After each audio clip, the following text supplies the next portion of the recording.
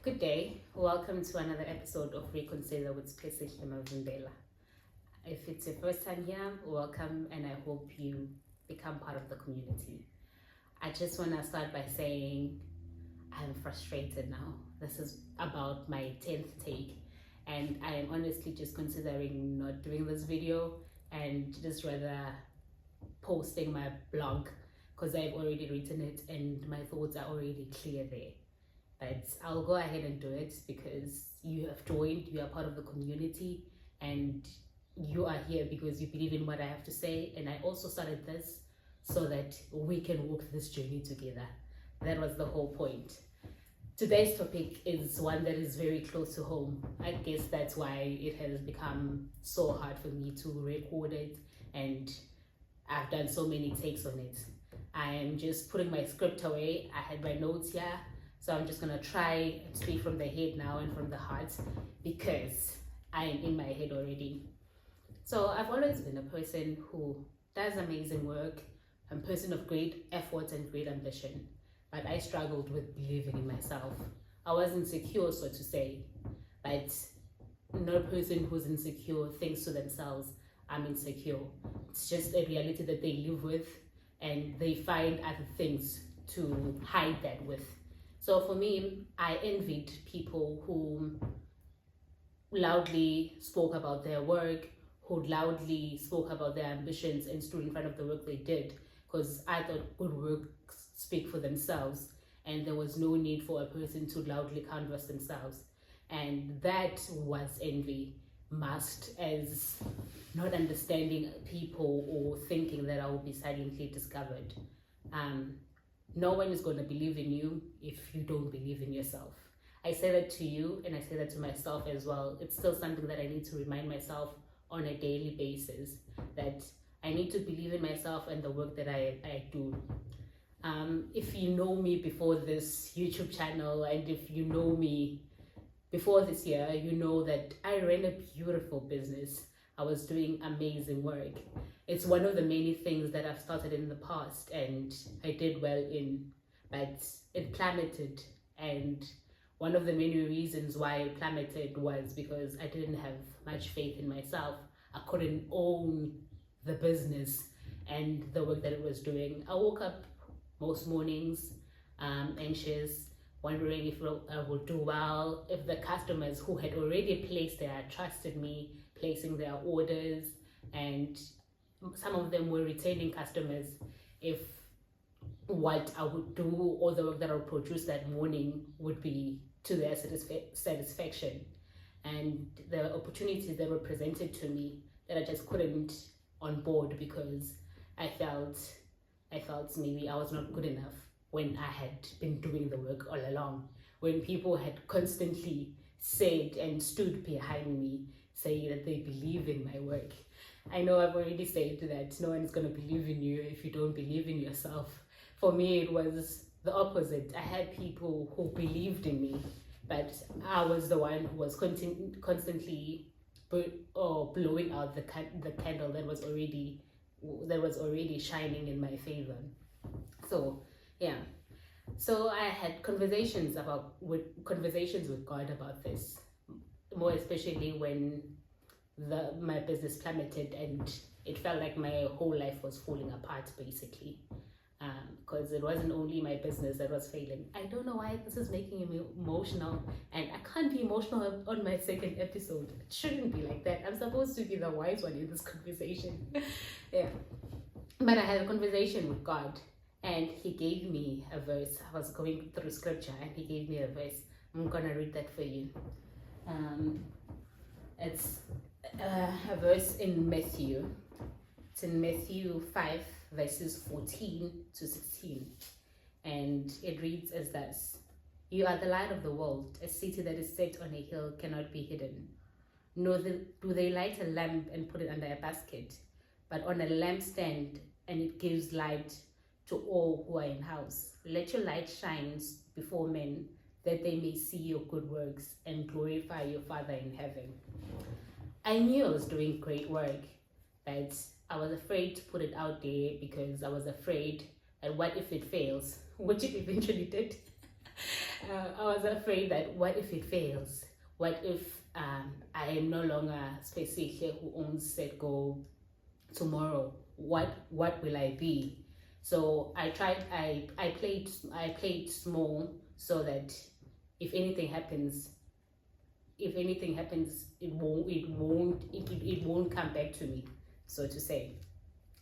And God gave me this verse after we had a series of conversations, and the beginning of the series of conversations that we had started with him telling me that I was an unbelieving believer. I believed in him, but I couldn't believe in him partnering with me to do exceptional things. I leaned on my efforts more than anything. So he was just reminding me that in all things I need to rely on him, lean on him, and not my own understanding.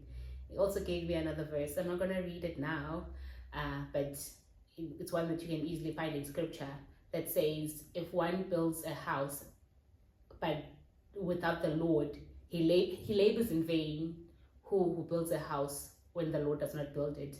So all the work that I was doing was in vain because I wasn't doing it with the Lord. And because I relied on my own efforts so much, it made me fear for what tomorrow would bring. The fear wasn't loud. Fear is very silent because it's such a shameful thing. It doesn't come in your face.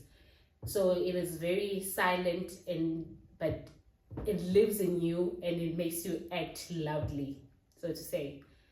So it will come in anxiety, it will come in shame, that I wouldn't put my best foot forward, basically. I wouldn't do the things that I said I was going to do, and I wouldn't stand in front of my work. Because if anything, if you want to be successful in life, not that I am, but I will be. That is one thing for sure. I will be successful. You need to silence yourself. We live in a world where we need to continuously be consumed, whether it's in a work interview, whether it's in selling a product. When you are running a business, you need to constantly sell yourself, and you can't sell a product who when you are constantly focusing on its flaws. You need to see it for the good that it has for you to be able to sell it. And that was my struggle. I was focusing so much on what it could be than what it is, and selling it for the value that it was at that time. And I think that's the struggle that most people have. It's not just my own thing. And that is why we have silent envy towards people who see the work that they do for the good that it is and sell it for the good that it is. So when the Lord gave me the verse in Matthew, he emphasized in this: do not be afraid of doing well. Excel in all you do. Do it boldly. Your God will be glorified. So when we shine, or when our lamp is set on a hill or on its stand, it is not for our own glory, but the glory of God. So even that's why failure shouldn't even be a thing that we are afraid of, because we operate in faith, and we know that everything that happens in our life reflects back to God, and God doesn't want people thinking less of him, because he wants them to know that he is God and he is good, and he is good even when you go through terrible times. Like when my business failed, I've never lagged. I've never needed anything, because he was there, he was with me. And even going through terrible and painful times, he was there. I now know that language matters, whether you are speaking with people or whether you are speaking with yourself. What you think of yourself or how you speak of yourself really matters. Because one, people are gonna jump on the train that you are driving. So what you say, that is what they will believe. Even if you are doing amazing things, if you tell them, it could have been better, because that's you trying to be humble and selling yourself short, that's what people are going to say. They're going to see your effort and think they could have been better, when people who are doing less things and see no fault in it are canvassing it and selling it for much more than you are selling yourself. This is something I like saying to people who are starting on their entrepreneurial ventures.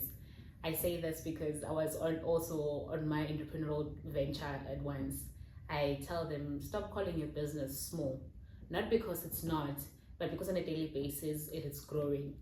And rather you just call it a growing business, because it is that, and you are not overselling it by saying that you are owning it for what it is, and also you are prophesying to it. Insecurities have taken a lot of opportunities away from me, and I don't want that to be in my story anymore. More so because I know that I've been given great ideas, and I know that I can execute them well. I no longer want to execute them in hiding. I want to do it publicly. I want my lights to shine for everyone. I guess it's the why also behind this podcast. I know it's not perfect.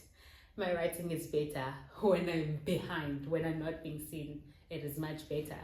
But it's the only way that we can walk this journey together. It's the only way that we can grow together, by stepping into the light, or rather letting our light shine so that others can benefit from it.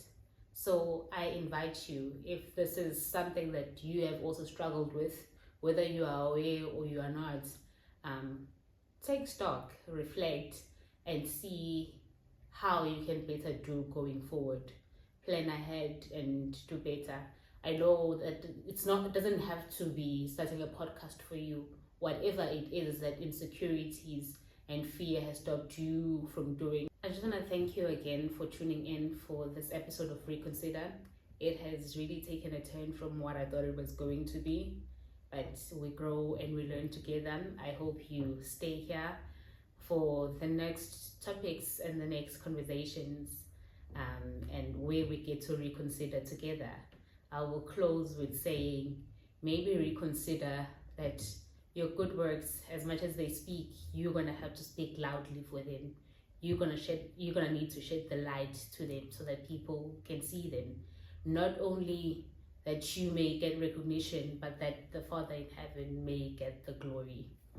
Thank you.